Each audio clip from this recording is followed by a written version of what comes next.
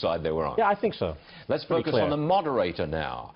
From last night, here is Lester Holt, NBC. Roll tape. This year, Secretary Clinton became the first woman nominated for president by a major party. Earlier this month, you said she doesn't have, quote, a presidential look. She's standing here right now. What did you mean by that? In the last couple of weeks, you acknowledged what most Americans have accepted for years. The president was born in the United States. I want to get on to things that are very important to me and that are very important to the country. I'll let you respond. That's important, but I just want to get the answer here.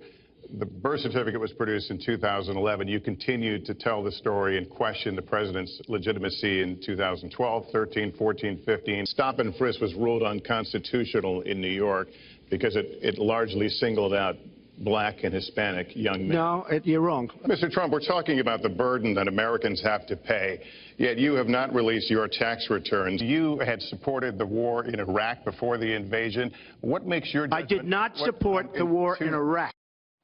Okay, now joining us is Brent Bozell. He watches the media for everybody. What's your opinion on Lester Holt and his performance last night? Go. All right, here's your scorecard. He asked Trump a question about his taxes and then challenged him on the answer. He asked him a question on stop and frisk and then challenged him and fact-checked him on his answer. He asked him a question about the birther issue, then challenged him and fact-checked him on the answer. He asked him a question about Iraq and then challenged / fact-checked / interrupted him 6 times.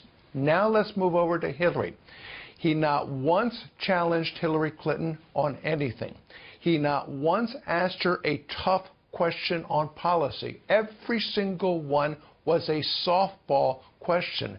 And he not once asked her a single question about the controversies swirling around him. On Benghazi, on the Clinton Foundation, on the emails, on and on it went. To me, it was stunning because I'll tell you, leading up to it, and we've discussed this, the media were working themselves. It's usually somebody working the ref. The media were working themselves into a frenzy very publicly, saying one must attack Trump, one must give a free pass to Hillary. And I've got to tell you, that is exactly what they did yesterday, last night. I think Lester Holt got it wrong. He was flat out wrong when he interrupted about the constitutionality of stop and frisk. He said it had been ruled unconstitutional. It was not ruled unconstitutional. So he fact-checked and got it wrong. That was surprising. This is why you ask a question and you get out of the way. You're not a participant. You're not. It was a Candy Crowley moment. This is what gets you in trouble. Tim Russert was the gold standard because he would ask a question and let debaters debate. That's what you do. And people were talking about it and talking about it and talking about it, and yet he did it again. And I've got to tell you, Stuart, it goes full circle back to the question, why in the world do Republicans choose these people? That's a good question. Did Republicans choose these people, or did they just say okay? I think they just said okay, didn't they?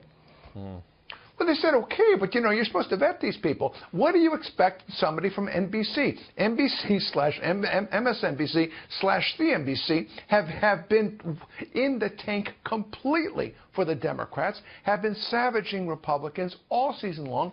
If I'd been the RNC, I would have simply said, I'm not taking anybody from that network. All right. Thanks very much indeed, Brent. We appreciate you being with us. We're telling our viewers, look, you had the future President of the United States in your living room last night on your screen for 90 minutes. You make up your mind.